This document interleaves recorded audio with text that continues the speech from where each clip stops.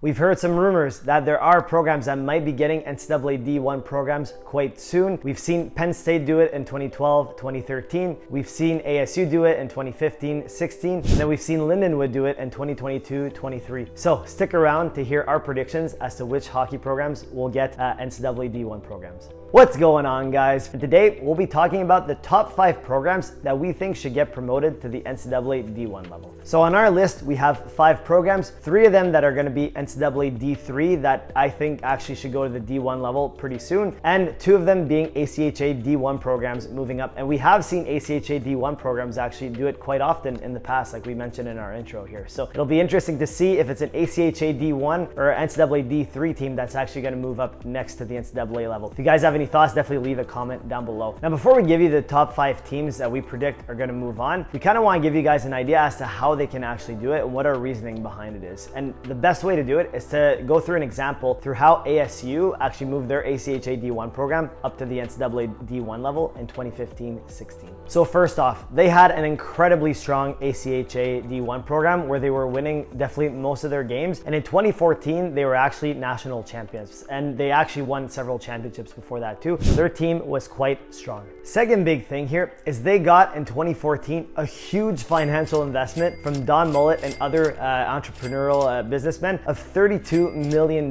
when it came to building their program and building their arena and everything. So that huge investment definitely played a big part in 2014 as to them moving on simultaneously when they won that championship. So those 2 factors really played a huge push into them having an NCAA D1 program. Thirdly, with this huge financial investment, they were able to build an incredible arena that met the NCAA standards. So that was huge, where it's an arena that met the standards and that allowed players to perform at their best and allowed them to elevate to the D1 level. Fourth big point here is that they had really good university backing. So the university was all on board for them having an NCAA D1 program. They were all on board with giving athletic scholarships, really supporting the program, letting them build to the level that they want to go. So they didn't put any brakes, because if the university puts brakes on your program, then it makes it much less likely for you to move up and for you to have a successful program altogether. And building off that, our 5th point here is that they had a really involved community and fan base that was supporting them and wanting them to succeed. So now the ASU sells out most of their games and the fans are super excited to go watch. They have backing from the university, they have the funds, they have the arena, and they have a successful track record. So with all of that combined, all of those factors, that's how they were able to move on to the NCAA D1 level. And this is the reasoning that we're going to use to justify our list here as to our top 5 next programs that should move on to the NCAA D1 level in hockey. So let's start with the D3 programs. So the first program on our list here is Adrian College, located in Adrian, Michigan.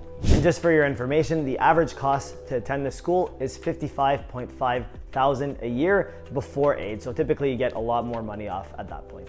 So Adrian is a bit of a unique program because they've been a powerhouse at all levels, at the NCAA D3 level, the ACHA D1 level, D2 level, and D3 level. So they have 4 different teams at all the levels, and all of them seem to always be doing well. So this program definitely knows what they're doing. Their track record speaks volumes. So for 10 seasons in a row now, their NCAA D3 team has won 205 games, has lost 46 games, and has tied 13 games, which is an astonishing record. This is actually bonkers when you think about it, how successful their D3 team has been. And the ACHA D1 program has also been incredibly strong. The ACHA D1 program was actually the 2024 champions at that level. So between the 2 teams, they seem to be winning a lot of games. And I know the D2 team and the D3 team also has quite good records as well. On top of that, on the women's side, they also succeed quite a bit, and they have a lot of resources invested in the arena, in the program, and the school has a lot of backing behind them to really promote this program to go to the next level. The only thing that would have to change, in my view, is the arena to get a little bit of an upgrade, but they definitely have the core facilities in place where if they invest some money, a couple $1 million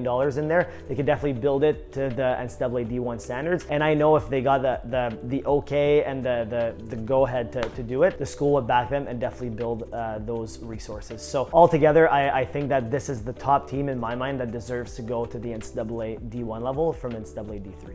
Real quick guys, if you have any questions for us and you just want some advice, the best way to get in touch for free is by clicking the link in the description below. All right, let's get back to the video here. All right, so number 2 on our list here for NCAA D3 programs, moving on to the D1 level, is Hobart College, which is located in Geneva, New York. Now, the average cost for this school is $80K USD before aid, but typically after aid, it falls down to $30K, which is a little bit more reasonable, but still more on the expensive side. So their record on their 24th season is quite staggering. It's 381 wins, 174 losses, and 54 ties. So on 24 seasons, where there's a lot more wiggle room than 10 seasons compared to Adrian, that's definitely quite a good record if you think about it. And on top of that, they were the 2024 champions altogether in NCAA D3 hockey.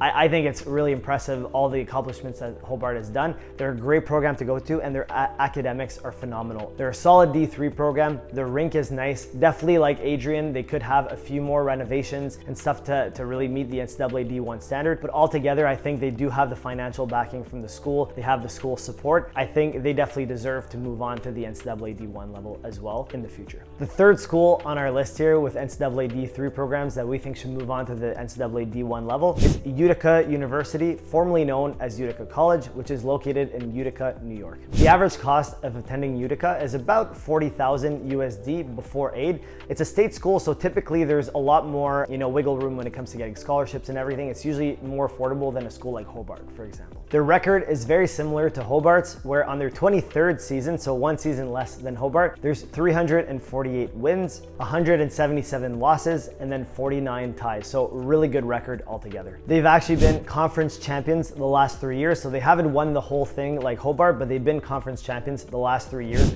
They have a solid program that's always in the top 5, and they also have a really good women's team as well. On top of that, their facility is sick. It's an amazing facility. If you've ever seen it, they have a really nice one. And I'd say out of these 3 teams, definitely Utica has the nicest rink and facility altogether, and they probably have the most financial backing from the entire school and program. So I think this program definitely has been speaking about moving on to the NCAA D1 level for quite some time. I think it's only a matter of time, maybe in the next 5 years or so, that they're really going to pull the trigger and move up to the NCAA D1 level. All right, so moving on to number 4 on our list, or the first team at the ACHA D1 level that we think is going to move on to NCAA D1, and that's the University of Nevada, Las Vegas, known as UNLV. It's located in Paradise, Nevada. Great name for a city. The average cost before aid is typically $26,000 USD, so very, very affordable school at this point. Now, I know a few friends that actually attend this program. They say it's a phenomenal program, very well run. The coach is very strong, and they have a very good record, and they win quite a bit at the ACHA D1 level. On top of that, they have huge financial backing from the school. Hockey's ever expanding in this area, in part because of the Las Vegas